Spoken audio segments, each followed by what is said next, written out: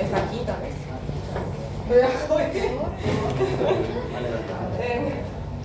Cuidado. Durante la pandemia entré en terapia y por eso me queda fuerte. Cuidado, doutora. Vamos, mi esposo y yo quedamos en terapia. Cuidado, doutora, cuidado. Isso foi Y me da fuerte ahora. Ay, 5 veces. Ajá. 5 vezes corrida, doutor? Como 5 veces. Premiada mesmo. Y mi segunda vez terminé en terapia, pero después de eso quedé como con secuelas y como que me pega un poquito más fuerte. Vamos a ver manejo hídrico, ya se lo hace ahora. Y hasta ahí va a entrar el Susan. ¿Ya? Quería darles electrolitos más, pero va a ser sobre el canal demasiado. Los 3 temas, ¿no, Electrolitos, doctora? sí. Los electrolitos vamos a verlo durante las prácticas. ¿Ya? Esto va a entrar en su segundo parcial. Estos 2 temas de hoy son un poco aburridos, porque es prácticamente teoría, a diferencia del resto del semestre que son más pacientes, más casos clínicos, más temas, aquí es más fisiopatología, pero van a ver que es la base del inicio del tratamiento de paciente crítico, porque el 90% de ellos vienen con disturbios ácido-base, ya sea acidosis basales y respiratorias o metabólicas, o con disturbios electrolíticos, ¿ya? Y la base del tratamiento, ya vimos y han estado viendo durante la práctica que ya he empezado a manejar la parte ventilatoria. Han estado viendo qué tipo de dispositivo se va a usar y cómo vamos a aprender a dosificar la parte del oxígeno. Y siempre yo les digo como esquema A, B, C, D, del trauma, que lo han visto, que lo van a ver, pero como esquema para el resto de los pacientes. En A y B vamos a hacer vía aérea y respiraciones, ¿no? Y ahorita vamos a aprender a manejar la circulación, ¿ya? Nosotros tenemos una infinidad de líquidos y electrolitos para poder manejar al paciente, pero si ustedes dicen, ¿cuál voy a usar y en qué momento voy a usar? Para eso tienen que saber y disponer, saber y ver la globalidad del paciente. Como base, obviamente un paciente, por más que tenga patología de base, si está con signos de deshidratación y de hipovolemia, ¿que serían cuáles? Un signo de deshidratación. Pliegue, El signo de pliegue positivo. ¿Qué más? sequidade nenhuma. Cosas secas. Después, por el medio volemia, ¿cómo van a ver? Va a estar taquicárdico. ¿Qué más? Signos de hipoperfusión, probablemente cianosis central o distal. Entonces es un paciente que está con signos de choque. Entonces, por más que tenga patología de base, se lo maneja como un choque, se lo maneja con líquidos, ¿ya? Si mi paciente viene que necesita, que estuvo con vómitos, diarrea o fiebre, necesita hidratarse, pero no hay signos de hidratación, ya vamos a considerar patologías de base, porque no vamos a hidratar igual a un paciente joven que no tenga patologías de base, a un paciente añoso que tenga función renal alterada, diabetes, que sea hipertenso, que tenga hepatopatía crónica, que sea cardíaco, que sea portador de marcapaso, que sea chagas psicológico. Estos pacientes, si le damos líquidos, ellos no depletan el volumen como el resto, ¿no es cierto? Lo acumulan. Entonces, si nosotros vamos a administrar líquido, el paciente probablemente no lo elimine y vamos a sobrecargarlo. Y signos de sobrecarga, o en el peor caso, ¿qué le vamos a producir? Edema agudo de pulmón, ¿cierto? Que es el primer signo de sobrecarga, o la primera complicación que puede haber.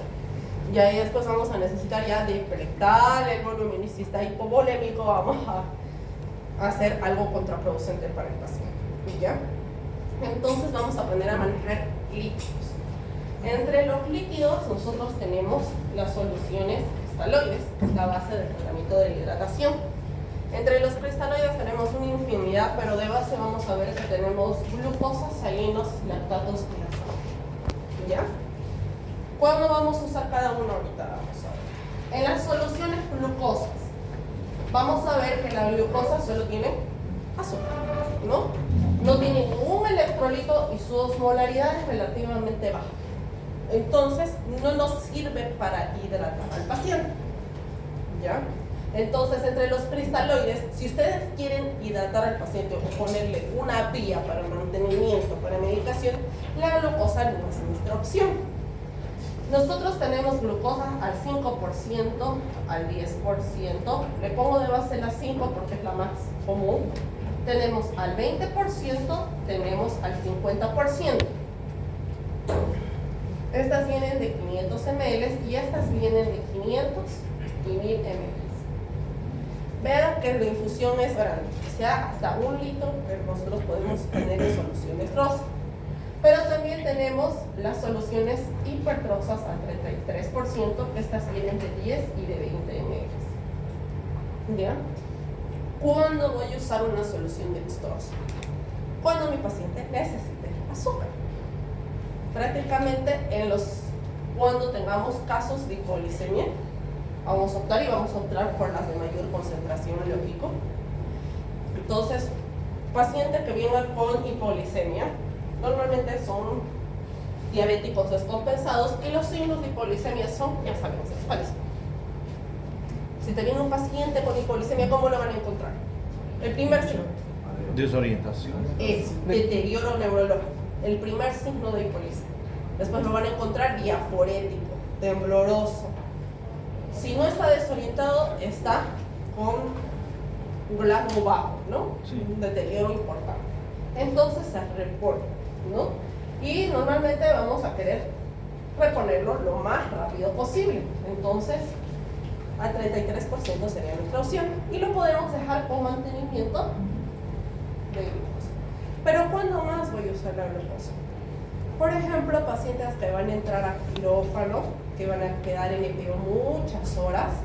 Yo paralelo a la hidratación, porque ya estamos hablando de pacientes quirófanos, pacientes que tienen hipovolemia o signo de sepsis. Usted necesita cualquiera de los otros cristaloides, pero obviamente no lo puedo dejar sin la base de la producción de ATP, que es la glucosa. Sabemos que para que nuestro cuerpo produzca energía ATP, la base de la producción es la glucosa. Si nosotros no le ponemos glucosa al cuerpito de nuestro paciente, probablemente vaya a deteriorar el resto. Y la base de la sinapsis de las neuronas es azúcar y sodio. Entonces, si no le damos, el paciente va a deteriorar y va a empezar a sacar energía de otro lado, va a sobreexcitar su cuerpo y va a empezar a producir disturbios ácido-básicos, ¿ya? Que ahorita vamos a ver. Entonces, si mi paciente va a quedar en EPO más de 6 horas, yo le voy a dejar su glucosa. Otra indicación, aparte de la hipoglicemia y pacientes que van a quedar en EPO por muchas horas, son los pacientes con pancreatitis. ¿No es cierto? Porque normalmente los pancreatitis los dejamos hasta que resuelve el cuadro muchos días en EPO. Van a quedar con destrozo palario. ¿Cuándo voy a evitarlo al 100%, excepto esta? Es en los pacientes neurológicos, ¿ya? Porque la destroza va a producir edema cerebral, ¿ya? Solo voy a corregir hipoglicemia. Si mi paciente va a quedar en EPO porque va a entrar a una neurocirugía, se controla en el horario la glucosa, y si veo que está bajando, le voy a administrar al 33% porque su concentración es bajita, ¿no? O sea, solo le voy a dar 10 o 20 ml de destroza bastante concentrada, pero no mucho, porque si le pongo cualquiera de estas, probablemente voy a estar contraproduciendo al edema cerebral que ya tiene este paciente. Por ejemplo, pacientes con TEC, hematomas extra o epidurales, subdurales, ACVs isquémicos o hemorrágicos, pacientes convulsivos o que tengan una meningitis, van a tener edema cerebral, y esto va a ser contraproducente para el edema cerebral del paciente, ¿ya? Entonces, nunca va a ser de elección dextrosa para mis pacientes que tengan signos de hipoglicemia o que sean neurocríticos, ¿ya? ¿Qué solución voy a dar en este caso? La solución salina, ¿ya? Que vemos que la solución salina tiene sodio y cloro. Tiene una osmolaridad elevada, entonces es la solución ideal para reponer volemia, ¿ya? Cuando nosotros tenemos neurocríticos, es nuestra solución de elección a hidratación, porque el lactato al igual que la dextrosa, nos va a contribuir al edema cerebral. Y me dirán, doctora, pero si la sinapsis está a base de dextrosa y de sodio, ¿por qué no le voy a dar dextrosa? Por el edema cerebral. Por eso siempre vamos a entender cuidado con las soluciones de hidratación y sus controles de glicemia elevados. Se lo puede corregir de este modo, pero no le voy a dar a goteo continuo, porque estas son para infusión, estas son, como nosotros lo llamamos, sea solo en polvo, ¿ya? Estos pacientes se hidratan con solución salina, o sea, la indicación para la solución salina son ellos, ¿ya? Cuando yo voy a dar Riger lactato o Riger normal, el resto de los casos. Pacientes sépticos, pacientes con hipovolemia, pacientes que sangraron, pacientes que estaban con vómitos, diarrea, fiebre, pacientes que tengan signos de hipotensión o algún trastorno electrolítico, yo les voy a dar cualquiera de los dos. De especial el Riger lactato. Veamos que tiene sodio, cloro, potasio, calcio, magnesio. No tiene magnesio, perdón, pero sí tiene lactato, ¿ya? La solución lactato, ¿ya? Esto nos ayuda sobre todo si nuestros pacientes están en acidosis metabólica, que es la base del tratamiento de la acidosis metabólica. Y como ustedes ya vieron, es una de nuestras principales causas de paro cardiorrespiratorio de los pacientes. Entonces, la base del tratamiento de la acidosis metabólica es esta solución. Aparte que ya van a aprender a corregirlo de otros modos, esta es la base del tratamiento, ¿ya? Entonces, signos de hipovolemia y deshidratación, nuestra solución a elección, ¿ya? Y la sangre es otro de los cristaloides que tenemos en común. Tiene todos los electrolitos, tiene lactato, tiene un pH aceptable para la reposición, pero solo lo administro cuando mi paciente está perdiendo sangre. No si mi paciente tiene anemia. Y ahorita vamos a ver las indicaciones.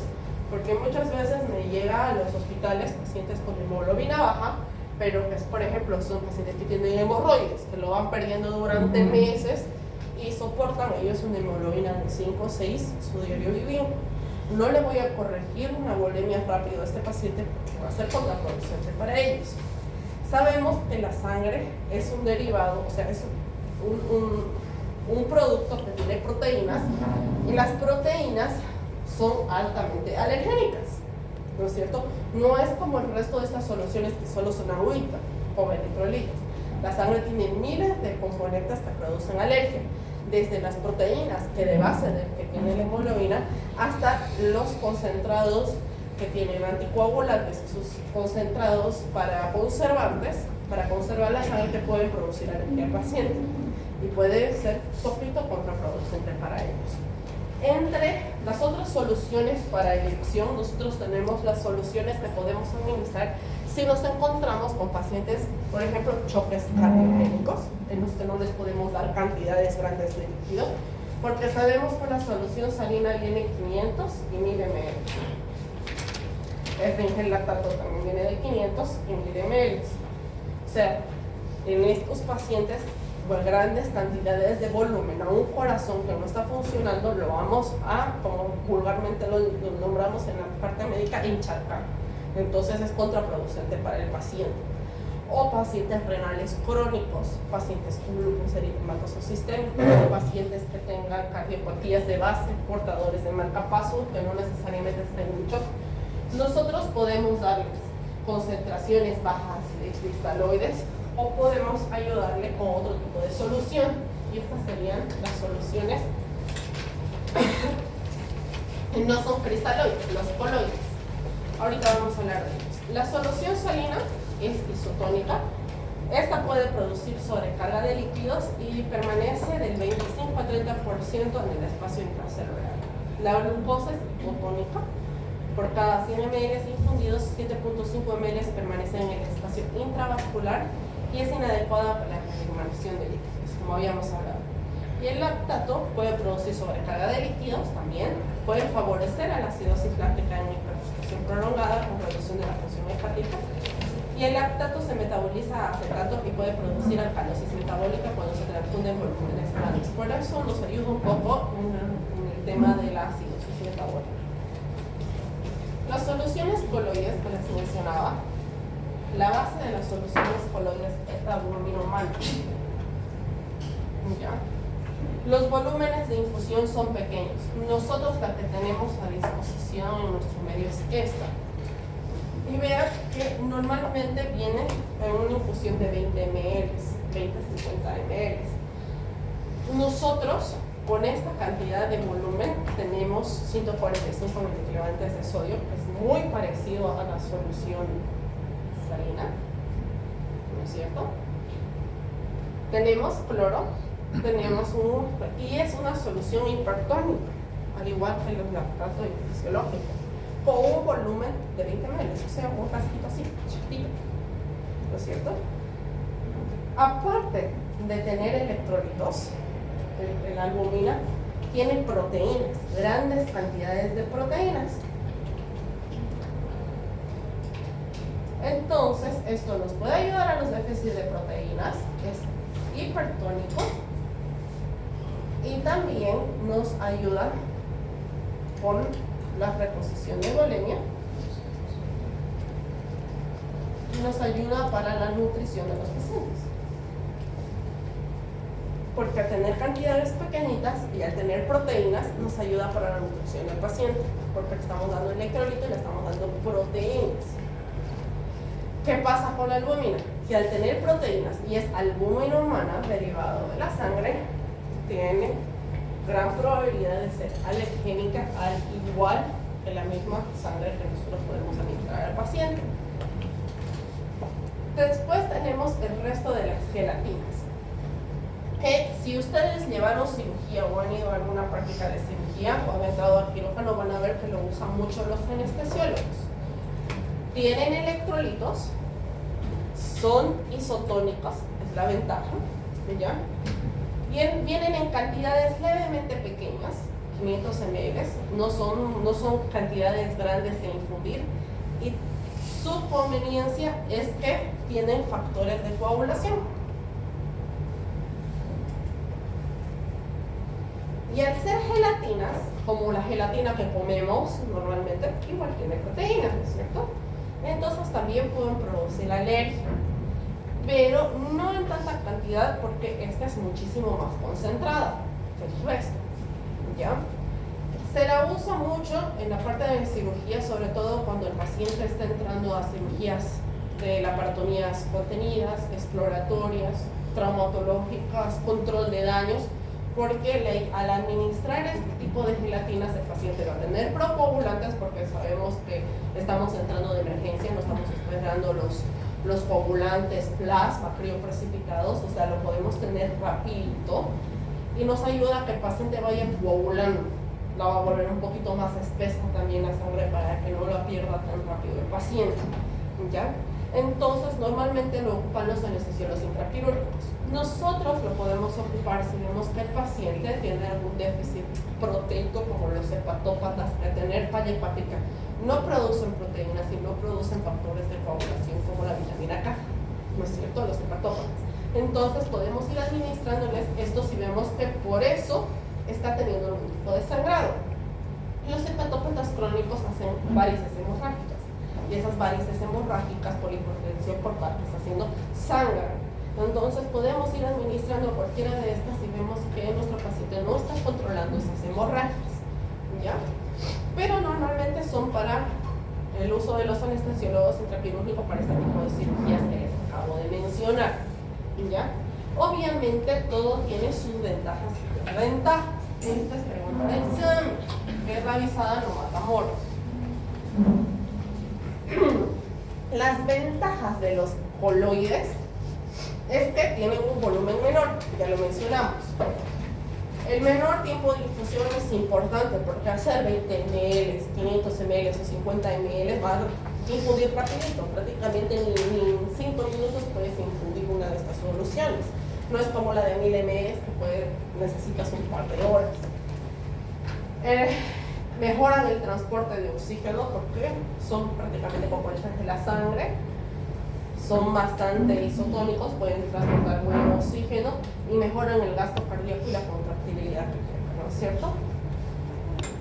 Los cristaloides funcionan muy bien para expansión del líquido extracelular. Mejoran los parámetros cardíacos, pulmonares, renales de la población inmunológica. No, obviamente no tienen o mínimas reacciones anafilácticas y el costo es menor, porque si vas a querer comprar una gelatina, es arriba de los 50 bolivianos, y una albumina cuesta arriba de 250 bolivianos. Estamos hablando de 20 ml a 250 bolivianos. Cualquiera de las soluciones cristaloides, lo máximo que cuestan son 10 bolivianos. Entonces, obviamente el costo es muchísimo mayor de los coloides. Por eso normalmente nos basamos en la utilización de los cristaloides. En la desventaja de los coloides, obviamente, es más costosa. Predisponen a la acumulación de líquido en el intersticio pulmonar, lamentablemente.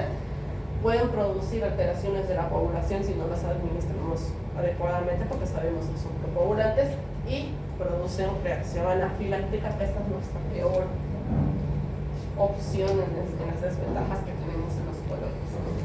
Aquí pueden reducir la presión hipótrica, los cristaloides, predisponen al edema pulmonar y periférico, ¿no? Por la cantidad de infusión que se necesita para querer reponer lo que queremos.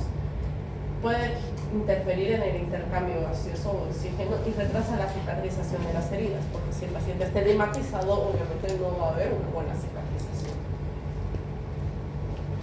Ahora, el otro cristaloide que nos importa son las transfusiones sanguíneas. Y aquí tenemos que tener en cuenta que, al igual que el resto, siempre les digo valorar el universo del paciente. No voy a querer transfundir sangre a un paciente que está tolerando niveles de albúmina, de hemoglobina y hematocrito bajos. Por ejemplo, tenemos pacientes que normalmente son anémicos.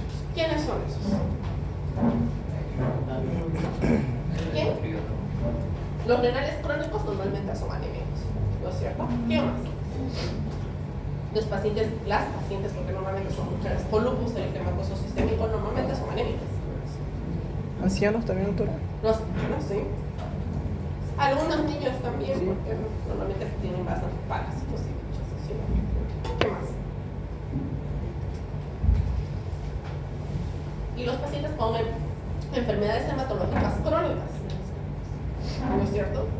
Entonces, yo no me voy a asustar, o sea, no se asusten si ustedes ven un paciente que les está llegando y ven hemoglobina de 2. Porque me pasa a diario. Y dicen, ¿2? ay, de 2.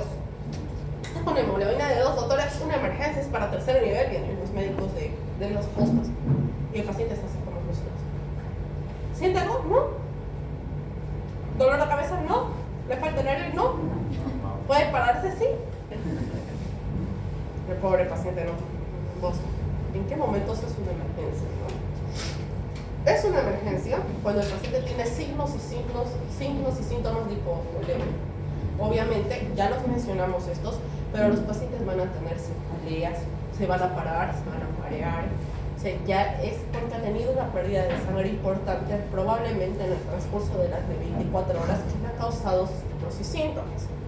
Por ejemplo, como les decía, los hepatópatas crónicos con varices hemorrágicas o los que tienen úlceras gástricas que durante meses van perdiendo sangre, toleran niveles bajos de hemoglobina, pero de pronto tuvieron una anatemesis, una melena que les causó un poco de hipovolemia y el paciente ya está teniendo signos y síntomas, ¿no es cierto? Ellos necesitan transfusión. Y lógico, los pacientes que tienen hemoglobina y hematocrito bajo, pero que van a entrar a quirófano. Por más de que estén sin signos y síntomas, si van a tener una pérdida de volumen en quirófano, necesitamos transfundir, porque al abrir van a perder sangre, ¿no? Por más de que sean cirugías pequeñitas como laparoscópicas, se pierde. Entonces ahí va a afectarles a los pacientes. ¿Qué pasa con la sangre, plasma, crioprecipitados, factores de coagulación? Son derivados de sangre de otra persona. Que por más de que, si yo voy a donar mi sangre, me hicieron un laboratorio, pero tengo VIH, no tengo hepatitis, no tengo citomegalovirus, pero solo testean eso. Ustedes saben, ¿no? Solo están testeando eso. ¿Qué testean para cuando uno va a... ¿Han donado sangre? ¿Qué les testean? ¿Qué gérmenes les testean? Porque les dan sus órdenes, sus laboratorios, ¿no? No sé si han donado. No va a donar sangre y te dan tus resultados de laboratorio. Tienes tanto de hemoglobina, hepatitis C, B negativo, citomegalovirus negativo, VIH negativo, Chagas negativo.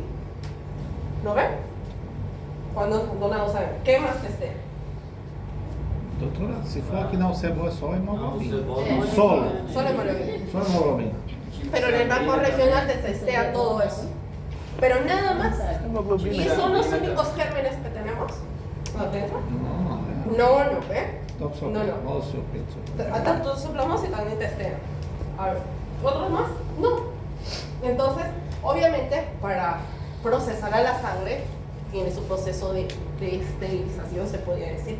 Pero no estamos exentos de que pase cualquier otra cosa. ¿Ya? Obviamente, como cualquier medicamento que administremos al paciente, es riesgo-beneficio, ¿no es cierto? O sea, le estamos dando hemoglobina porque necesitamos algo que transporte el oxígeno, pero si el paciente tiene hemoglobina baja no va a tener buena oxigenación. No hay que transporte el oxígeno, ¿no? Esa es la meta de la hemoglobina, prácticamente. Entonces, obviamente, riesgo-beneficio, necesitamos dársela. Pero si el paciente no lo está necesitando en emergencia, ¿para qué lo vamos a arriesgar a sufrir mayor contaminación? O en el peor caso, alergia, porque tiene proteínas. Y aparte tiene citrato para que no coagule esa sangre y esté administrada. Puede tener alergia a citrato. Puede tener un montón de desventajas. Entonces, los pacientes, si no lo necesitan, no hay por qué nosotros les administremos. ¿Ya? Entonces, normalmente, obviamente, la sangre está clasificada por grupos que ustedes conocen y los factores RH, biográficos. Los riesgos y reacciones transfusionales. La terapia transfusional conlleva un riesgo de reacciones adversas desde las muy graves, que incluso pueden provocar la muerte, como un choque anafiláctico. Deben evitarse porque es lo mayor que sea posible. La indicación clínica debe ser rigurosamente ponderada. Entre las reacciones inmunológicas inmediatas tenemos hemolítica. Podemos causar fiebre, la reacción menor que puede tener el paciente que todos hemos visto. Urticaria o anafiláctica, como ya sabemos. Podemos dar daño pulmonar agudo asociado a las transfusiones, sobre todo las transfusiones masivas, que es la enfermedad de Crani. Tardías, aloinmunización de antígenos eritrocitarios, leucocitarios, proteicarios o proteínas plasmáticas. Podemos causar hemólisis, enfermedad de injeto-contra hospedero, púrpura por transfusión o inmunomodulación por transfusión. Y eso es cuando transmitimos factores que no son adecuados para el paciente, ¿no? No inmunológicas inmediatas, obviamente contaminación bacteriana. Sobrecarga circulatoria, porque igual tal vez para llevar a la hemoglobina que tenemos vamos a infundir cantidades importantes de sangre. Podemos decir sobrecarga. Hemólisis, embolias, hipotermia, porque está frío, ¿no es cierto? Desequilibrio electrolítico, sobre todo hipocalcemia, porque el citrato de los conservantes produce hipocalcemia. Hiperpotasemia, hipoamagnesemia, coagulación hemodiocial, hemosiderosis, transmisiones de infecciones virales, bacterianas o parasitarias. Entonces, y ahí me va a llevar cuánto yo voy a administrar. Tanto los líquidos como la sangre yo le voy a administrar lo suficiente para sacarlo del cuadro de emergencia. Con coloides y cristaloides,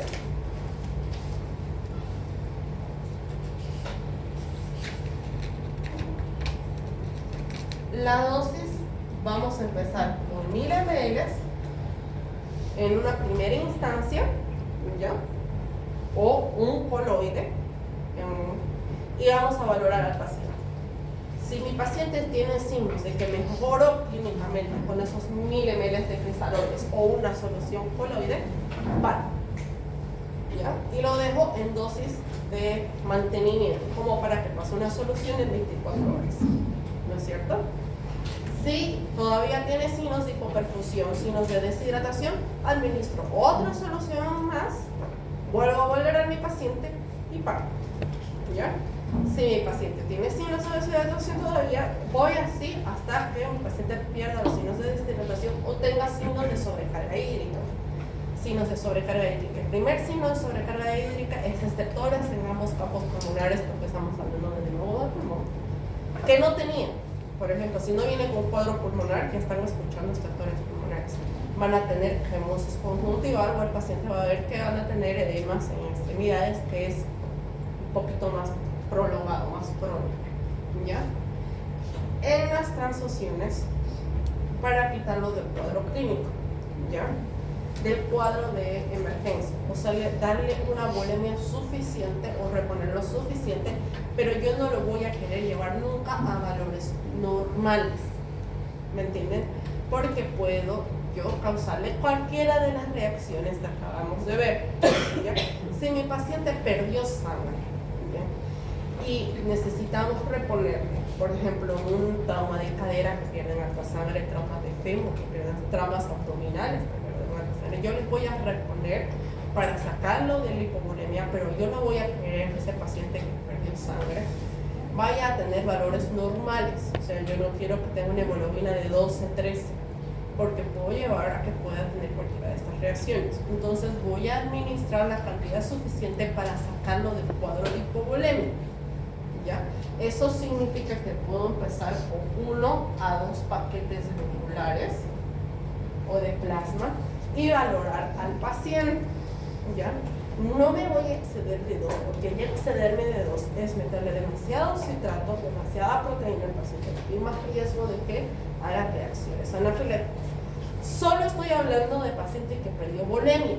Pacientes crónicos no se transfunden, ¿ya? Porque nosotros tenemos una infinidad de reposición para poder corregir, se podría decir, esa anemia sin necesidad de transfundirme sangre. Ahorita vamos a ver. Entre los concentrados nosotros tenemos la sangre fresca total. La ventaja de la sangre fresca total es que tiene todos los componentes de la sangre al momento. Es relativamente fresca, como lo llaman, porque es recién donada, ¿ya? Normalmente indicado para los pacientes que son traumas grandes, traumas importantes.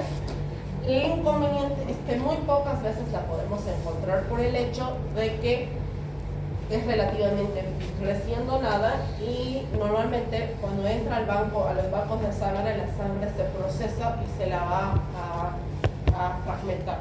Sabemos que la fragmentan en paquetes eritrocitarios, en plasma, plaquetas, crioprecipitados, factores de coagulación y la van fragmentando. O sea, 500 ml que sacan al donador lo fragmentan en varias cosas, ¿no es cierto? Entonces, cuando podemos disponer de la sangre fresca total es cuando tal vez tengamos el banco cerca y digamos que tenemos relativamente recién donados del día anterior o ese mismo día y le digamos al banco regional que tenemos un politraumatizado que necesitamos sangre fresca y le podamos administrar todo. Ya vamos a tener crioprecipitados, plaquetas, plasma, vamos a poder tener concentrados eritrocitarios en un solo paquete. Esa es la ventaja. Y no tiene tanto conservante como tiene el resto de la sangre, de los procesos para transfundir. Esa es la ventaja. La desventaja es que es difícil de conseguir. Podemos tener otro tipo de sangre que es la reconstituida, que es parecida a la fresca, en la que podemos tener eritrocitarios y plasma fresco adicionado. Este puede ser del mismo donador o de 2 donadores diferentes que lo pueden conjugar. Esta está más procesada porque sí la tienen que procesar. Esta no está tan fresca y no tiene, solo tenemos eritrocitarios y plasma, no tenemos crioprecipitados, no tenemos plaquetas, nada más. Pero obviamente lo que base que nosotros queremos para coagular y para el transporte de oxígeno, ¿no es cierto? La base nos sirve mucho en los pacientes politraumatizados también, porque en un paquetito vamos a poder tener 2 objetivos, ¿ya? Esto puede conjugarse en los distintos tipos de sangre, no hay problema. La función es transporte de oxígeno en los tejidos. Muchas veces se la puede usar en sanguíneo, transfusiones también, o sangrados masivos. Y podemos transfundir grandes cantidades, pero siempre riesgo-beneficio. Las contraindicaciones siempre va a ser anemia crónica, pacientes que requieren soporte transfusional específico, pacientes con deficiencia de IgA o que está presentando intolerancia al plasma. La dosis de administración es la misma que la sangre total o las concentraciones de eritrocitos, que ahorita es la que más nos importa y es la que más vamos a ver. Este es un componente obtenido de la remoción de las partes del plasma, de sangre total, contiene mayoritariamente eritrocitos y la función es transporte de oxígeno en los tejidos. Este es el que más usamos, ¿no es cierto? Las cifras de hematocrito y hemoglobina no nos dicen o no son indicaciones para transfundir, ¿no? La base de la necesidad de transfusión de los concentrados eritrocitarios es la clínica. Los pacientes sin factores de riesgo asociado a cardiopatías ancianos toleran 10 cifras de hemoglobina de 7 o inferiores. Y esto, si estoy hablando de una hemoglobina de 7, sería una anemia leve, moderada o severa. Severa. Siempre que la instalación no sea aguda ni esté hipovolémica, o sea, que no haya sido hipovolémica. O sea, el cuerpo puede tolerar una hemoglobina de 7. En caso de sintomatología, o sea, que esto obliga a transfundir, será la menor cantidad de eritrocitos necesarios para corregir los síntomas. Como les dije, yo no quiero llevar a mi paciente a cifras de hemoglobina o hematocritos normales, porque esto va a ser más contraproducente para ellos que favorable. ¿Ya? Entonces yo voy a necesitar solo la cantidad necesaria para sacarlo del hipovolemia. ¿Ya? ¿Cuánto te sube un paquete eritrocitario de hemoglobina y hematocrito? ¿Cuánto puede subir un paquete? 2.5. De 1 a 1.5. Entonces, si mi paciente tiene 7 de hemoglobina y, seamos sinceros, por ejemplo, yo tengo 9 de hemoglobina ahorita y estoy normal, ¿cierto? Sí, pues a veces las mujeres, sobre todo que somos multíparas, tenemos hemoglobinas bajas, ¿cierto? Tenemos normales. Si mi paciente está con 7, le administro un concentrador eritrocitario para llevar a 8.5, que está muy cerca a los valores tolerables. Entonces, con un paquete global suficiente. Si ya vemos que ha tenido sangrado activo, que todavía va a tener sangrado activo, porque es una hemorragia digestiva, porque es un paciente que va a entrar a quirófano, porque le administramos un segundo porque probablemente va a seguir perdiendo, ¿cierto? Entonces, para mantenerlo fuera de hipovolemia y con buena circulación de oxígeno, que está más la beta de los concentrados eritrocitarios. Pero ustedes ven, cuando voy a tener una hemorragia, aún siendo una hemorragia aguda, si tengo pérdidas significativas de sangre, recién voy a ver signos de hipovolemia. Por ejemplo, tenemos un shock clase 1 por hemorragia aguda. Ha tenido una pérdida de 0 a 15% de la volemia, 750 ml, es considerable si ustedes están viendo, ¿no? Tiene taquicardia leve y lo puedo corregir con cristaloides o coloides, ¿no? Como dijimos, de 1 a 2 litros y probablemente lo saco de la volemia, de la hipovolemia. El flujo urinario, que siempre digo, la frecuencia cardíaca es el primer signo clínico y la función renal es el primer órgano que se altera cuando el paciente entra en shock, cualquier signo de shock. Entonces vamos a ver taquicardia y alteración de la función renal. Por eso siempre es lo primero que van valorando. Entonces el flujo urinario permanece, las extremidades tienen coloración normal, el llenado capilar está normal todavía y el paciente se mantiene en alerta. Y eso que ha perdido 750 ml de... Acá ya está perdiendo de 700 a 1500. ¿Ya? Entonces ya hay el primero, que tenemos el primer síndrome. Todavía podemos corregir con cristaloides, coloides. Posiblemente se puede hacer transfusión valorando al paciente, pero no es una indicación absoluta.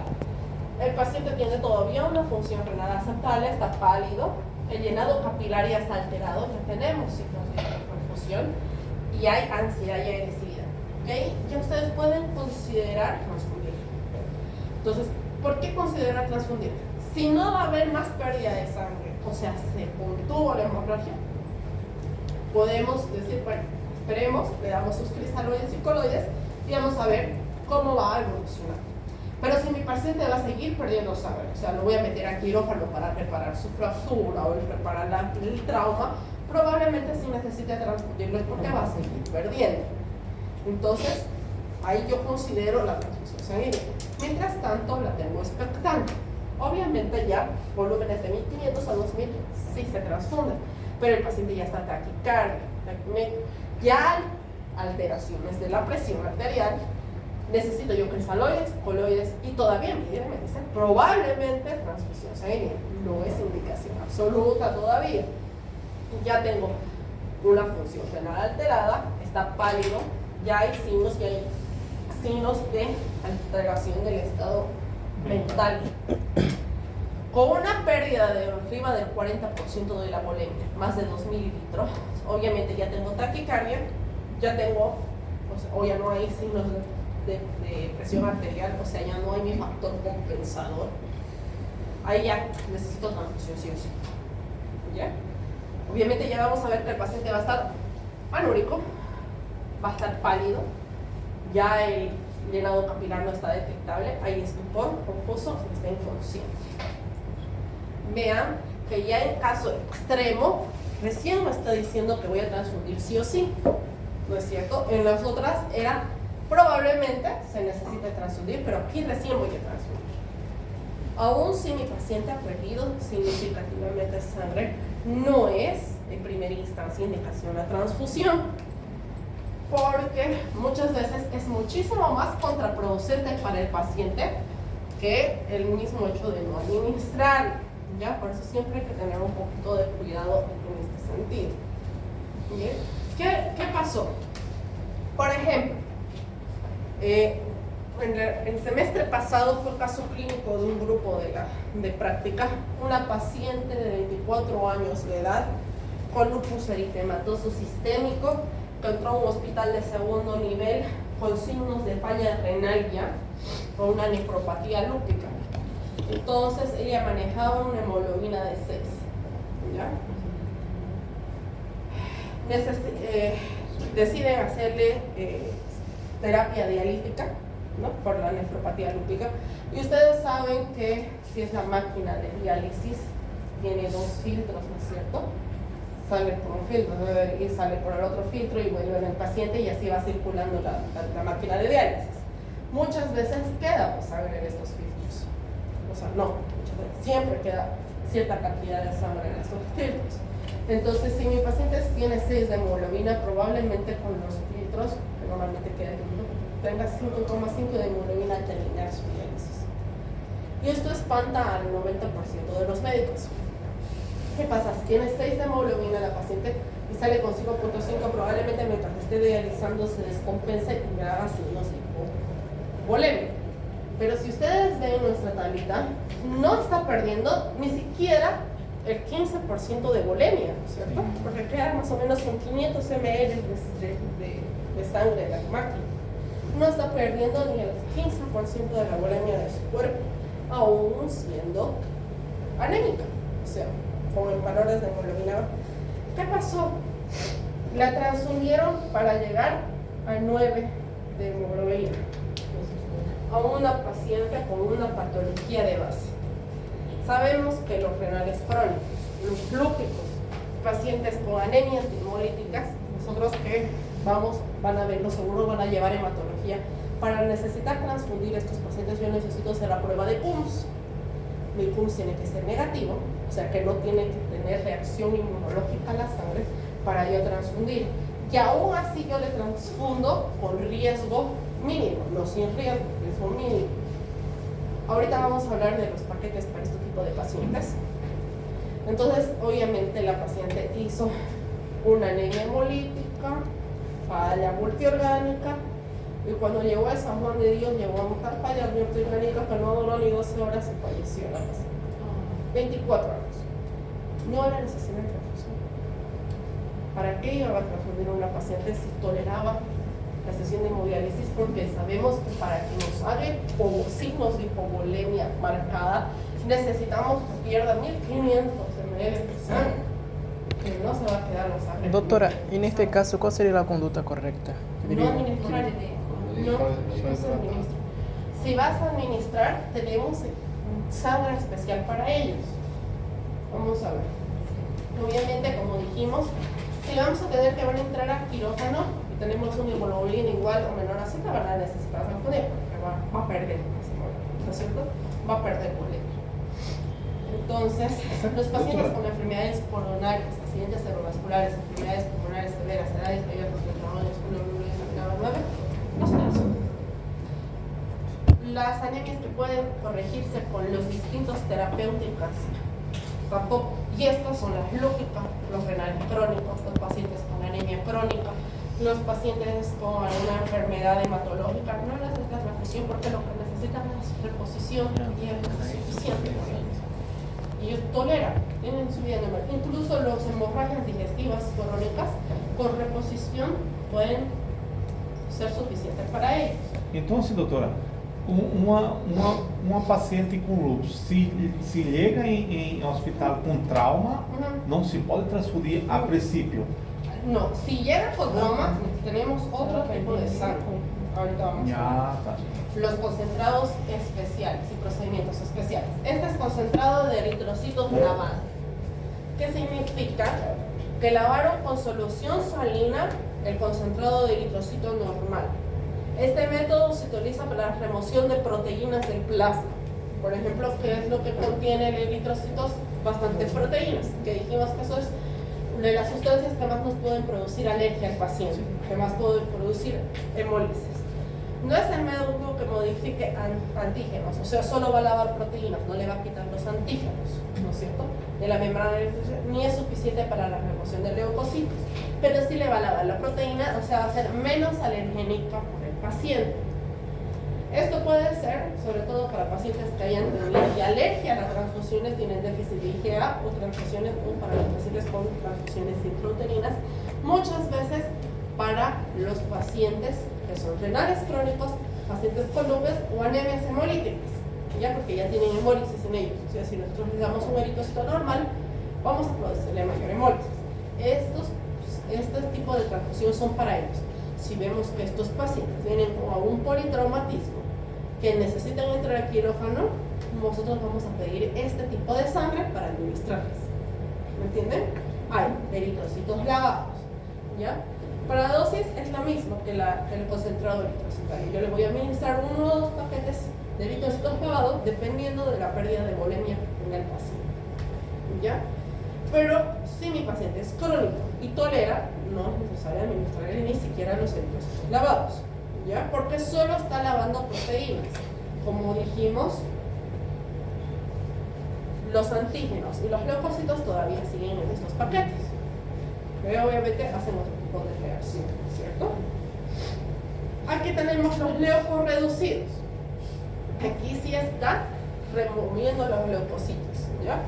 Está indicado para la inmunización contra la membrana, evita la refractoriedad de pacientes que requieren soporte transfusional a largo tiempo, por ejemplo, los pacientes que tienen leucemia, alguna enfermedad inmunocomprometida, otro tipo de cáncer que van a necesitar transfusiones continuas, ¿no? Prevención de reacciones febriles recurrentes para pacientes que ya tienen hemólisis asociados a las transfusiones, o prevención de infección por citomegalovirus asociadas a las transfusiones. Aquí ya está reduciendo los leucocitos. Esto es un paquete eritrocitario que los bioquímicos lo procesan para remover los leucocitos, ¿ya? También tenemos los eritrocitos radiados. Aquí le están dando rayos gamma a los eritrocitos para tratar de reducir leucocitos e infección. O sea, al darle radiogamas va a haber menos probabilidad de que esta paquete eritrocitario esté contaminado con cualquier virus, bacteria, germen, ¿ya? Muy bien indicado para los pacientes inmunodeprimidos, para los neonatitos, para los pacientes que van a hacer sanguinotransfusiones, requieran transfusión intrauterina. Como les dije, los neonatos con sanguinotransfusiones, transfusiones de neonatos que recibieron transfusiones in útero, que presenten inmunodeficiencia celular congénita, los pacientes con enfermedad de Hodgkin o los recién nacidos que estén desnutridos. También pueden administrar en otro tipo de recién nacidos Como ya vimos, hematopatías crónicas, enfermedades de Hodgkin, tratamiento con cualquiera de los agentes citotóxicos, pacientes inmunocomprometidos que hayan tenido alguna terapia por radiación, inmunosupresora agresiva, anemia plástica o con tratamiento inmunosupresor. Esto es ideal para ellos porque esto no tiene ninguna probabilidad de que esté sobreinfectada la sangre, ¿ya? ¿Qué pasa con estos? Obviamente no son tipos de paquetes eritrocitarios que los vamos a tener ahí guardados en el banco de sangre o en las unidades transfusionales porque son especiales. Entonces, normalmente requieren de procesarse. Entonces, uno los solicita y como son pacientes crónicos, no necesitan transfusiones de emergencia, uno lo puede solicitar a la unidad de laboratorio que lo procesen y nos lo traigan si vayan a ser necesarios. Los lavados sí tenemos con más frecuencia porque es solo lavarlo, ¿no? La sangre con solución salina. Hay más, pero estos especiales que podemos usar en estos pacientes hay que solicitarlos con anterioridad. Ese es el inconveniente, no los tenemos con mucha predisposición o disposición. O muchas veces podemos tener O negativo, que es donador universal, ¿no es cierto? Pero no isocompatible, o sea, no según el tipo de sangre del paciente. Que aún sea donador universal, siempre hay alto riesgo de que haga enfermedad hospedero porque no es isocompatible, no es el grupo sanguíneo del paciente, ¿ya? Entonces puede ser otra cosa contraproducente para el paciente. Pero tienen que saber que existe, o sea, que tienen esa alternativa. Obviamente también tenemos administración de plaquetas. De las plaquetas y el plasma solo se administran, al igual que la sangre, si fueran necesarios. ¿Qué patología ahorita en este momento está vigente que necesita, que tiene disminución de las plaquetas? Que es el error de que todo médico ve dengue. Hay pacientes con dengue que viven con 4.000 plaquetas. ¿Cuánto es el valor normal de plaquetas? 350, arriba de 150. Entonces, 4.000 plaquetas. Bien, alto riesgo de sangrar, pero están normales, Entonces, no vas a transfundir a no ser que haya signos, síntomas de sangrado o que obviamente van a entrar a quirófano, ¿no es cierto? Si el paciente está con plaquetas bajas y vas a entrar a quirófano, vas a abrir y no va a coagular nada de lo que estés haciendo. Lógico. Pero si no va a entrar el paciente a quirófano y no hay signos de sangrado, no se transfunde. Igual el plasma fresco congelado. ¿Cuánto es el valor normal para transfundir? Nosotros necesitamos valores normales de TP o de INE. ¿Cuánto es el valor normal? TP, INE. ¿Cuánto es el valor normal? 12 segundos, 100% de actividad del TP se vería el valor normal, pero se acepta hasta 13 segundos, ¿no? 80% de actividad. INR debajo de 1.2 y está alterado, ¿cierto? Entonces, si vemos un TP-INR alterado y el paciente no está sangrado, no va a entrar en quirófano, no se transfunde. No van a transfundir porque peor, plaquetas y plasma tiene más proteínas que el concentrado eritrocitario. Entonces, no se transfunden, ¿ya?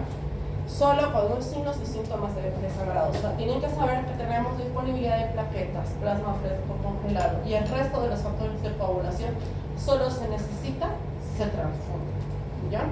Las plaquetas, podemos tener las plaquetas como concentrado plaquetario o podemos tenerlo con aféresis de plaquetas, ¿ya? Aféresis de plaquetas son varios concentrados eritrocitarios o concentrados de plaquetas que lo van a procesar en un solo paquetito y se le hace transfundido en el paciente. La dosis de transfusión de las plaquetas, ya. Los neonatos saben, de 10 a 20 ml por kilo peso del paciente. Los niños, una unidad por cada 10 kilogramos. Los adultos de 5 a 8 unidades de concentrados de plaquetas o una unidad de aféresis de plaquetas por paciente. ¿Me entienden? Y las dosis óptimas es una unidad por cada quinto kilogramo de 100 unidad de aféresis si hay mayor riesgo de sangrar. O sea, yo necesito solo una aféresis de plaqueta, que es lo que más tenemos, es la más usada, por cada paciente adulto. Esa es la dosis. no voy a administrar más. Aquí no es que si necesito puedo mejorar. Esa es la dosis, ¿ya? Se vuelve a hacer un control de plaquetas y si veo que todavía hay signos de sangrado, yo voy a optar por otro tipo de terapia. Normalmente yo puedo darle crioprecipitados, puedo combinarlo con el plasma para disminuir el sangrado del paciente, porque las plaquetas se van regenerando, ¿ya? El plasma fresco congelado se lo va a solicitar de acuerdo al que del paciente, como decíamos. Obviamente para procesarlo se congela a grandes temperaturas y se lo descongela en un tiempo determinado, así que no lo vamos a entender muy fácil. Es la otra unidad de transfusión más frecuente aparte de los eritrocitos, porque lo usan mucho los cirujanos para entrar a quirófano. Muchas veces van a ver, incluso van a pedirlo con factores de coagulación normal, por si acaso ellos lo tienen ahí, por si el paciente sangra. Pero lo malo es que tiene grandes cantidades de proteínas, entonces muchas veces es contraproducente para el paciente. ¿Cuánto de plasma fresco voy a transfundir? Tengo que ver de acuerdo de la coagulación del paciente y tener en cuenta que se metaboliza muy rápido. O sea, yo no puedo transfundirle ahorita si mi paciente va a ser operado mañana o en la noche. ¿Ya? Solo puedo transfundir hasta 2 horas antes de la cirugía, porque al ser altamente proteico, el hígado lo va a metabolizar rápido, entonces probablemente cuando el cirujano quiere operar, ya esos factores de coagulación van a estar excretados por el cuerpo. Entonces solo puedo transfundir mínimo 2 horas antes del procedimiento quirúrgico, que es la indicación más frecuente para estos, ¿ya? Obviamente, cuánto yo le voy a transfundir, ahí yo voy a ver la necesidad de los factores de coagulación. Normalmente voy a transfundir un plasma fresco congelado por paciente, al igual que las plaquetas, pero sí en este tengo opción de ir aumentando. Tiene todos los factores de coagulación el plasma fresco congelado y normalmente solo son para eso, ¿no? Deficiencias de factores de coagulación. O en el peor de los casos se puede usar cuando tenemos pacientes intoxicados por medicamentos anticoagulantes. Muchas antes, ahora no lo estamos manejando ya, los pacientes se iban con medicamentos anticoagulantes en la casa que producen esto, que se sobrecarguen o que lleguen a niveles tóxicos para ellos y empiezas a sangrar. Entonces, ahora nosotros usamos medicamentos como el rivaroxaban, que no tienen ese tipo de reacción. Antes se lo mandaba con heparina sódica, o se los mandaba con otro tipo de anticoagulantes que producían eso y venían intoxicados. Y esta era, se podría decir, el antídoto para contrarrestar eso. Se puede dar solo en esos casos o pacientes que vayan a necesitar intervención quirúrgica. Pacientes con factores o trastornos de la coagulación que no necesitan cirugía no se confundan, porque tenemos que ver por qué no están produciendo factores de coagulación y nosotros podemos darles los factores de coagulación de otra forma, por ejemplo dándole coloides que tienen factores de coagulación o dándoles nosotros los mismos factores de coagulación por forma paralela, vitamina K, que es factor de la coagulación, sin necesidad de transfundir, ¿ya? Obviamente que nosotros vamos a tener los factores de coagulación también disponibles. Tenemos los crioprecipitados, también podemos disponer de ellos. O los factores de coagulación según fibrinógeno. Factor 13, 8, 9, dependiendo de lo que nosotros necesitemos. Factor de Bowen-Willebrand, muchas veces vienen pacientes con deficiencia de esto y necesitan infusión de estos tipos de factores. Pero van a ver que aún así vienen con clínica de signos, sintomatología de alguna pérdida sanguínea como para necesitar esa transfusión. Mientras el paciente no tiene clínica, sea cual sea el factor que tenga deficiencia, factor de coagulación, eritrocitario, plaquetas, plasma, si no hay signos, síntomas o clínica marcada, nosotros no transfundimos. ¿Ya? Eso tengan en claro. Doutora, e se é uma dengue grave, qual seria? Hidratación nada más. Só hidratação. Hidratación nada más. Es la única indicación para... Então, se em caso de dengue, se está sangrando com dengue grave, não coloca Si plaqueta. está sangrando, sí, obviamente. Si está sangrando, si estamos con dengue grave y el paciente está con síntomas de sangrado, se transfuge. Mientras tanto, no se transfuge. Nada más. Equilibrio ácido base. Cuando... Equilíbrio ácido base. No, por eso tenemos el libro. No estudien de diapositivas. Yo sé que les cuesta mucho, pero tienen que leer bibliografía, no diapositivas. Porque no estamos hablando de que ustedes van a leer. Si leen diapositivas, se aprenden, se acostumbran a estudiar diapositivas, vamos a estar fregados. Porque ya son casi médicos, van a ser especialistas en crónica. Equilibrio ácido base. ¿Tiene entonces todas las Sí. recomendaciones? Sí, ya está, ya les dije. El libro está en la importadora, en la fotocopiadora Vanessa, y es el libro de terapia intensiva de la SATI, de la Sociedad Argentina de Terapia Intensiva, que también lo pueden encontrar virtual. ¿Ya? Equilibrio ácido-base. Cuando vamos a estudiar equilibrio ácido-base, tenemos que tener en cuenta que nuestro cuerpo es un equilibrio, hemostasia, ¿no sé? Nosotros necesitamos que los ingresos y los egresos de los ácidos y las bases sean de un equilibrio absoluto. Obviamente, si el cuerpo de la persona va a tener algún germen que lo esté afectando, va a ir afectando el ácido base, ¿no es cierto? Cuando nosotros hablamos de equilibrio ácido-base, tenemos un desequilibrio que es nuestra primera causa, aparte del hipoxia, de paro cardiorrespiratorio, y la acidosis metabólica. Si ustedes ven la muerte de un paciente con VIH, está séptico, está deshidratado y probablemente esté en acidosis metabólica, por eso falleció. ¿Ya? Si ustedes ven la muerte de un paciente aséptico, lo mismo, probablemente sea la acidosis metabólica. La causa más frecuente de acidosis metabólica son las cetocidosis diabéticas. Ustedes lo van a ver de cada día, porque los diabéticos, entonces, es nuestra pandemia más grande, creo. Entonces, la base de manejar el paciente crítico es manejar esto, ácido base. Decimos ácido cuando es una sustancia capaz de donar glicogeniones, o sea, el cuerpo está perdiendo glicogeniones. Por tanto, si yo digo ácido, ¿cómo va a estar el pH del cuerpo? Bajo, si lo está perdiendo. Y si yo digo base, si esta es sustancia capaz de donar o de captar hidrogeniones, ¿cómo va a estar el pH? Alto. Porque está captando hidrogeniones, ¿no es cierto? Entonces, lo primero que vamos a aprender a leer en una gasometría que vamos a hacer esta semana para la práctica es ver cómo está el pH del paciente. ¿Ácido o alcalino? ¿Ya? Si yo voy a aparte fijarme cómo está el PCO2 y cómo está el bicarbonato.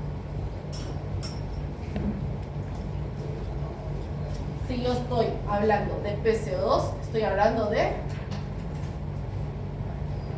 respiración. Si estoy hablando del bicarbonato, estoy hablando de metabolismo. Entonces, vamos a saber si mi paciente está en alcalosis o acidosis respiratoria o alcalosis o acidosis metabólica. ¿Ya? Ustedes saben eso y se lo ganan en el internado. En serio, se lo ganan en el internado. Y es lo que digo muchas veces de mis estudiantes: mi doctora, ya me toca, porque a veces están como que arrastrando un materia. Este semestre me toca entrar en el internado y estoy porque me tocó primero provincia. Muchas veces les toca primero la raza de la provincia y después hacer medicina, cirugía. Entonces yo les digo, electrolitos, ácido base, y apréndanse un medicamento por cada patología. Un buen antibiótico, a manejar bien la metformina porque diabéticos mierda. Un antihipertensivo bien estudiado y se la ganan en la provincia. ¿Ya? Porque la cosa es aprender una bien hecho, bien, con todas sus contraindicaciones, se lo ganan. Ácido base porque es manejo del paciente crítico. Si ustedes ven que ya está en cualquiera de estos, probablemente sea para derivarlo a un hospital de segundo o de tercer nivel, porque es un poquito más complejo, ¿ya? Son pacientes complejos, son pacientes que son potencialmente críticos, ¿ya? Entonces, obviamente, el metabolista está a cargo de proteínas, carbohidratos, ¿no es cierto? El pH, ¿no es cierto? La concentración de hidrógeno es compatible con la vida ideal, que es un pH de 6.8 a 7.8. Entonces yo tengo normal, obviamente, mi pH de 7.35 a 7.45. Va bajando, estoy hablando de una acidosis. Un pH menor a 7, un pH mayor a 7.8, pero es mucho más fácil que el paciente se vaya para abajo que para arriba. Entonces, este es el primero que vamos a aprender a controlar y a manejar, ¿ya? La regulación del pH está dado del metabolismo de los carbohidratos, grasas que producen grandes cantidades de CO2 o ácidos volátiles, el metabolismo de las proteínas que producen ácidos volátiles que no pueden eliminarse por los pulmones ni por los riñones. Y ahí es que vamos a ver la respiratoria y la metabólica, ¿ya? La primera parte de compensación, y ustedes ya lo han visto en bioquímica, son los páricos, ¿cierto? Y los sistemas de amortiguadores, el primero es el bicarbonato, pues tenemos la hemoglobina, el fosfato y las proteínas, ¿ya? Entonces nosotros vamos a aprender a manejar como bicarbonato el primer sistema básico. Hemoglobina ya lo vimos cuando se transfunden, porque el primero que se va a ser para el compensador, porque la hemoglobina transporta oxígeno, ¿no es cierto? Fosfato orgánicos y proteínas normalmente ya lo llevan en las otras materias, pero vamos a ver también los valores normales, como verán, un pH normal de 7.35 a 7.45. Si está debajo de 7.35 estamos hablando de, si está arriba de 7.45, alcalosis. PCO2 normal, de 35 a 45. Si está debajo de 35 estamos hablando de al revés. Muy bien. No nos olvidemos que siempre el CO2 es al revés, ¿ya? Entonces, si está elevado es Alcalosis. ácido. Si está bajo es este es el espejito. Olviden, no se olviden, ¿ya? Es el espejo del pH, o sea, regresa el pH, el PCO2. ¿Entienden? Ya. Bicarbonato, es normal, de 22 a 26. Si está abajo, es acidosis. Si está alto, alcalosis. Exceso de base. El exceso de base normalmente es más menos 2. Eso vamos a ver en las gasometrías. Aquí está por mil equivalentes, pero normalmente el exceso de base es más menos 2.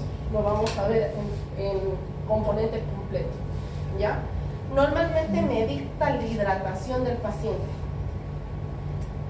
¿Cuán hidratado está el paciente? ¿Ya? Si está muy elevado, está el paciente deshidratado, entonces necesita un poquito de líquidos, ¿ya? Y la saturación de oxígeno del paciente.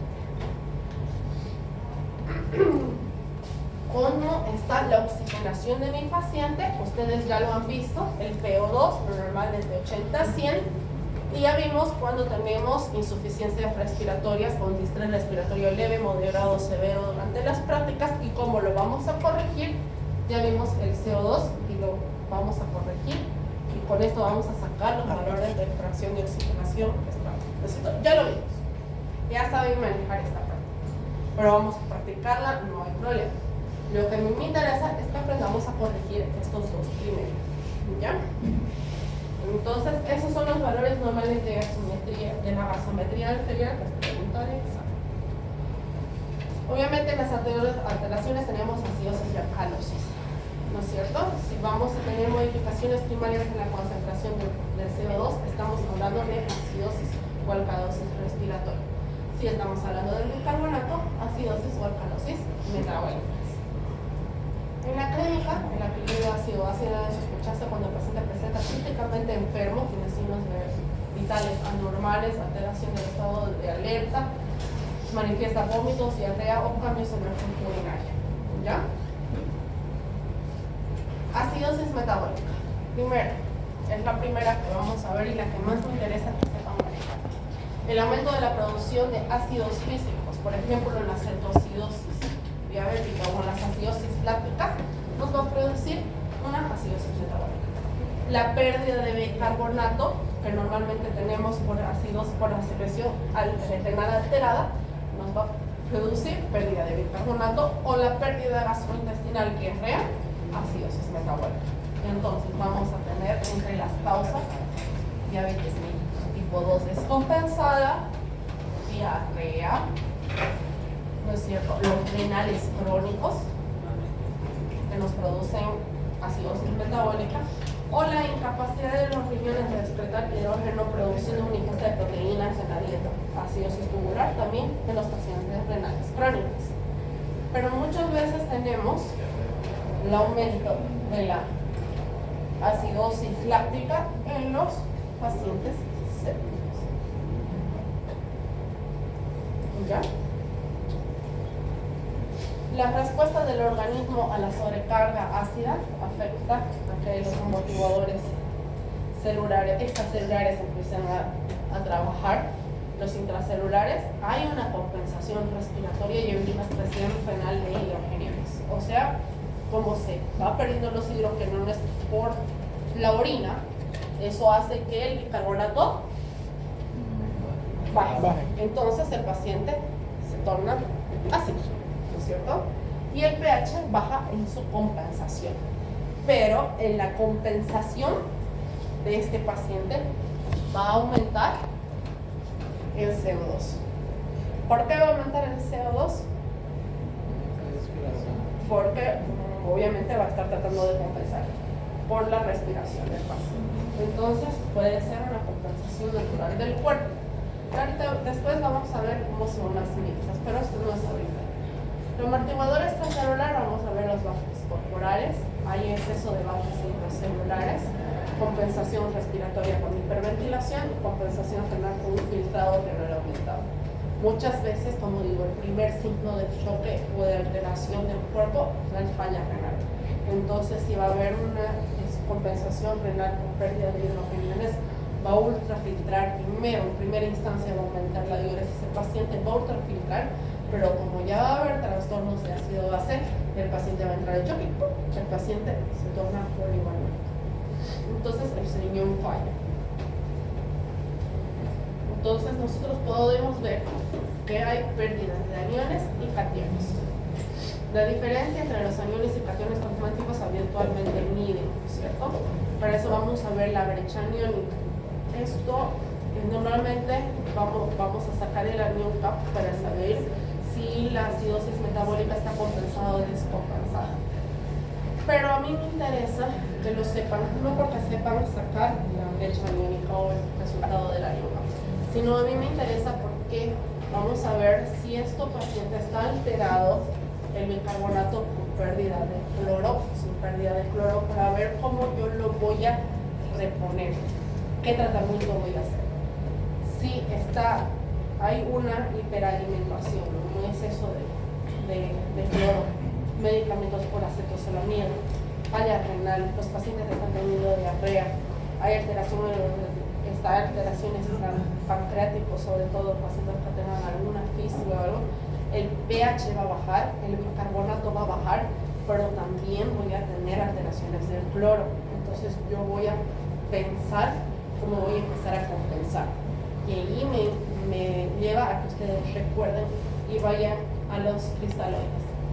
El cristaloide tiene más cloro y el cristaloide no tiene tanto cloro. El ringe no tiene tanto cloro como la solución salina. Por eso siempre tengan en cuenta que los signos de deshidratación siempre es el ringe, lactato, nuestra elección. Además, al tener lactato va a ayudar a compensar esa acidosis porque va a llevar a que el pH esté un poquito más alcalino, ¿ya? Por eso es importante saber qué solución contiene. Entre otras de las causas, obviamente podemos tener genéticas, ácidos, cásicas, paralelos, metadores, uremia, salicilatos, medicación con isoniazida, la cetoacidosis diabética o el consumo de. Si ustedes ven todos estos, uno lo puede, se podría decir, corregir la acidosis sacando la administración de los medicamentos, sí, pero también hay que tratar de compensar, porque cuando un paciente esté intoxicado, lo primero que va a tener es vómitos, diarrea. Entonces el paciente se va a llegar a deshidratar, y lo primero que yo tengo que aprender a corregir en la acidosis siempre es hidratación. Entonces vamos a empezar a hablar de que voy a corregir mi acidosis metabólica con pacientes como si fuera un hipovolémico. ¿Y qué dijimos que cómo vamos a administrar el líquido hipovolémico?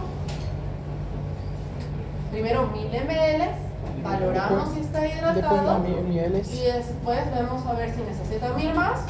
Vamos a ir corrigiendo así sucesivamente. Sobre todo si estamos hablando de la acidosis diabética que necesitan grandes cantidades de líquido. ¿Ya? Los síntomas: cefaleas, falta de energía, sonolencia, vamos a tener respiración del musmaul, confusión, sensación de letargo.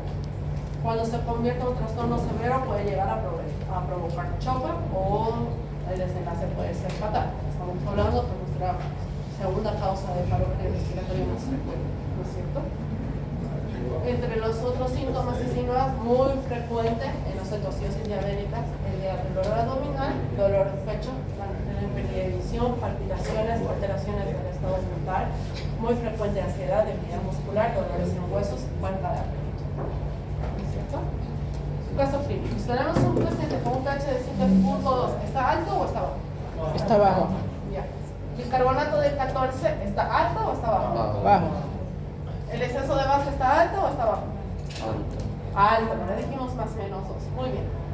Entonces tenemos un PCO2 ligeramente bajo hasta el borde, y bueno, una fracción de bicarbonato de 15.5. Entonces aquí estamos hablando de que el paciente tiene diarrea aguda, y por ejemplo, una diarrea aguda puede llegar a presentar una acidosis metabólica.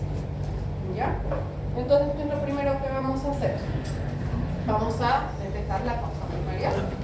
Si es un envenenamiento agudo por salicilatos, vamos a tratar de, obviamente, tratar eso, evitar los salicilatos y tratar al paciente. Pacientes con diabetes mellitus en acidosis metabólica con un pH menor a 6.9, a quienes la contractilidad miocárdica ya está disminuida de vasodilatación periférica por la acidosis, pueden empeorar, sobre todo presentando hipercalemias severas, ¿no es cierto? Eso vamos a ver después. Entonces, yo tengo que tratar de pensar. Indicación de bicarbonato, pH igual o menor a 100. Y un bicarbonato igual o menor a 15, voy a transfundir bicarbonato. ¿Ya? Sobre todo si tengo acidosis metabólica con una pH anémica normal, durante el tratamiento para hipercalemia, pregunta de bicarbonato, intoxicaciones por antidepresivos específicos, metadol, etilenglicol, están produciendo acidosis, lo quito y obviamente administro bicarbonato. Paro cardiorrespiratorio, si mi paciente está en paro por acidosis metabólica o yo sospecho que paro por acidosis metabólica, voy a administrar bicarbonato, que es medicamento para la reanimación cardiopulmonar. Niños y adolescentes con diabetes mellitus en acidosis metabólica con un pH igual o menor a 6.9. Tratamiento de envenenamiento agudo con salicilatos. Yo voy a administrar bicarbonato, ¿ya? Entonces, en la parte 1 del tratamiento de la acidosis metabólica es el Ringer, y en la parte 2 es el bicarbonato. O yo, para administrar bicarbonato, primero tengo que ver cómo está el potasio de mi paciente, ¿ya?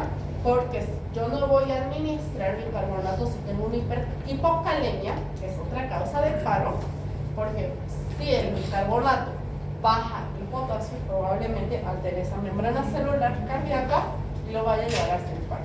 Es la única contraindicación, ¿ya? Entonces, la fórmula de déficit de bicarbonato, voy a calcular exceso de base por la constante de 0.3 por el peso del paciente. Y eso es lo que yo voy a administrar de bicarbonato. ¿Ya? Pero teniendo en cuenta que si mi paciente tiene función renal alterada, voy a dividirlo entre 3. Y si tiene función renal normal, lo voy a dividir entre 2. Por ejemplo, si yo tengo un paciente con 12 de bicarbonato, un exceso de base de 18 y pesa 70 kilos, ¿cuánto de bicarbonato le administraría? Si ustedes hacen esa forma, ¿cuánto de bicarbonato? Entonces, si tengo 12 de bicarbonato, lo voy a multiplicar por 0.3, perdón, el exceso de base, 18 por 0.3 por 70 pesos del paciente sería 378 de déficit de bicarbonato.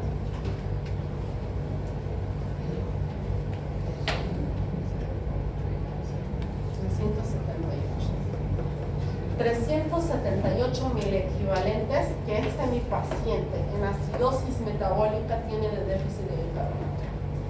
¿Ya? Y doctora, ¿cómo yo voy a administrar el bicarbonato?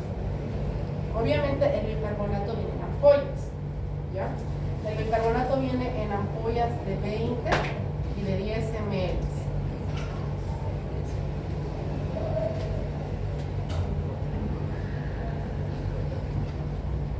El bicarbonato viene de 1 miligramo por ml de infusión de excipiente, de solución. Entonces, yo voy a tener acá 20 miligramos y 10 miligramos o 8 equivalentes si lo quieren por así. ¿Ya? Entonces, si yo voy a administrar 20 ml, voy a administrar 20 miligramos. Para administrar 300 ml, ¿cuántos ampollitas de bicarbonato necesito? Son demasiadas si las piensan así, ¿no es cierto? No es la dosis que yo voy a... Esto tiene de déficit mi paciente, pero no es lo que yo voy a administrarle. ¿Me entienden? No le van a administrar 300 miligramos de bicarbonato a un paciente. Y ahí lo vamos a tornar a una alcalosis severa. Yo voy a dividir este 374 si mi paciente tiene función renal alterada, o voy a dividirlo entre 3 si mi paciente tiene función renal normal.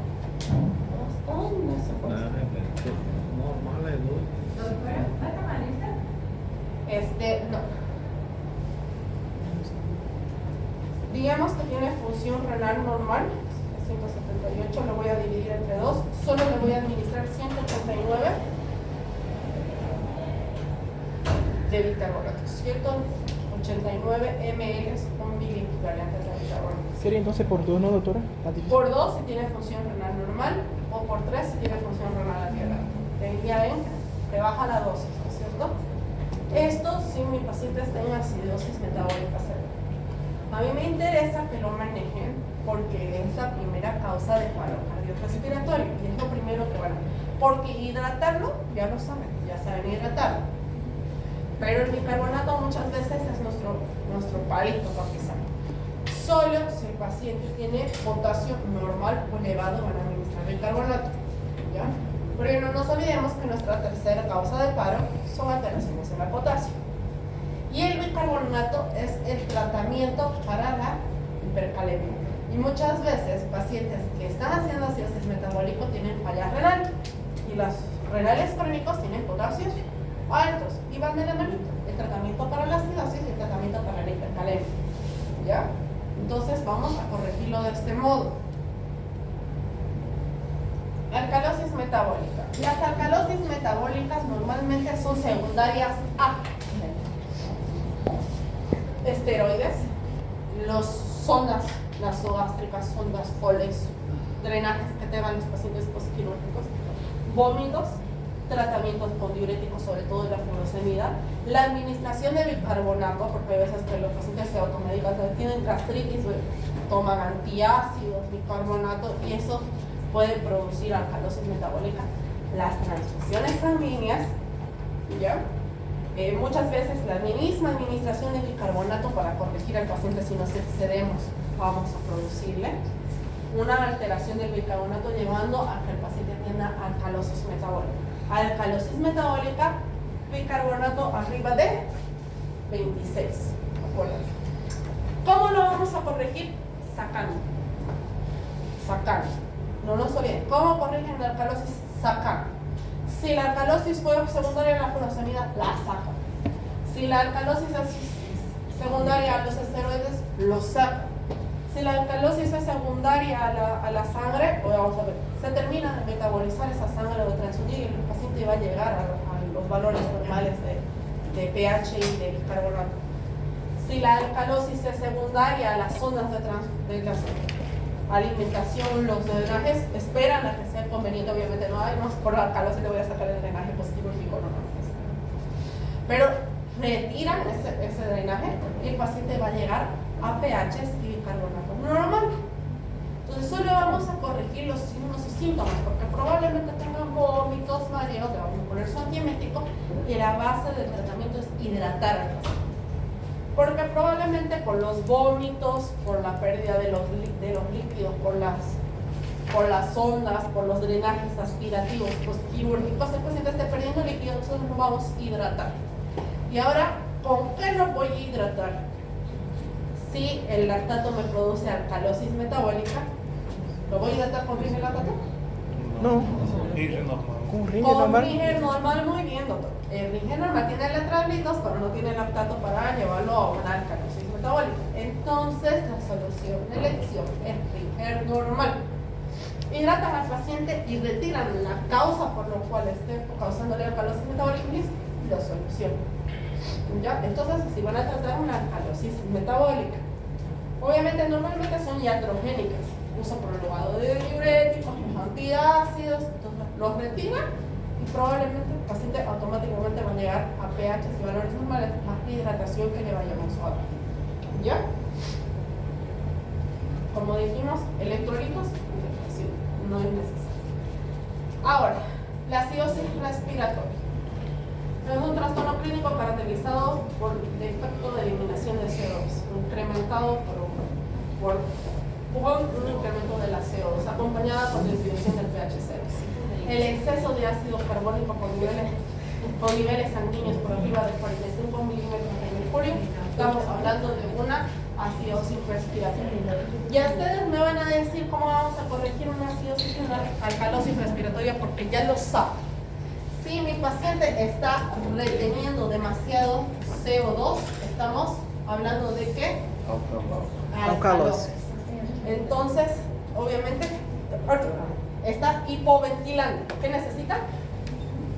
Oxígeno, ¿cierto? ¿Y con qué dispositivo le van a dar oxígeno? Mascarilla. ¿Con o sin reserva? Sin reserva. Muy bien, es que yo sé que necesito hablar. Si está eliminando demasiado, Mascarilla. con mascarilla. ¿Y esto con o sin reserva? Así corrigen la alcalosis y la acidosis. De manera muy fácil, ¿no? Así van a corregir. Obviamente hay pacientes que no corrigen tan fácil, ¿ya? Esos pacientes demoran tiempo y muchas veces por la retención demasiada de deterioro neurológico tienen caso humano menor a 8 y su indicación es Glasgow humano menor a 8. Esto va así. Y se lo corrigen con el ventilador. ¿Ya? Eso se va a corregir. Pero la base para la pilosis o la acidosis respiratoria es que sepan ustedes con qué dispositivo van a oxigenar. Y ustedes esa base ya la tienen en la práctica. Entonces, es sencillo. Entonces, a base do equilíbrio eletrolítico são os cationes e os aniones. Esta é a base. Muy bien, quedan libres. Examen. Examen.